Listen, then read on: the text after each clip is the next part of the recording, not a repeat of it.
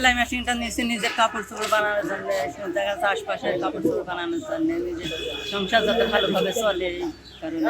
আমি সেলাই মেশিন নিয়ে মানে স্বাবলম্বন হতে পারবো, মানে সেলাই মেশিনের কাপড় চোপড় তৈরি করব, বাইরে থেকে করবো আর কি। এগুলো করে তো আমরা স্বাবলম্বন হবো। আমাদের বাচ্চা আছে, মনে করেন যে আমাদের বাচ্চা নিয়ে অনেক কষ্টই আছে, এই জন্য সরকার থেকে আমাদের সেলাই মেশিন দিচ্ছে একটা স্বাবলম্বন হওয়ার জন্য। নারীর অধিকার কথা বলি বা আমরা সমাজে নারীদের পিছিয়ে পড়ছে এটা বলি, আমরা যদি নারীদেরকে অর্থনৈতিকভাবে স্বাবলম্বী না করি তাহলে নারী কিন্তু কখনো সামাজিক মর্যাদা পাবে না। এই উদ্দেশ্যটাকে সামনে রেখে আমি এই প্রকল্পটা নেওয়া, এগুলোর মধ্যে আরও ধন্যবাদ। এগুলোর মধ্যে প্রকল্পের অর্থায়নটা আমাদেরকে আরও বাড়াই দিয়েছে। এখন আমরা অল্প কিছু নিয়েছিলাম, হয়তো 9টা মেশিন হতো, সেখানে আমরা এখন 18টা মেশিন দিতে পারছি। এবং এগুলোর মধ্যে অসংখ্য ধন্যবাদ।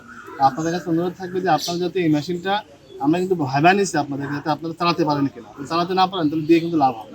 আপনারা কাজে লাগাবেন এবং আমরা কিন্তু মনিটর করবো যে আপনাদের ব্যবহার করবেন।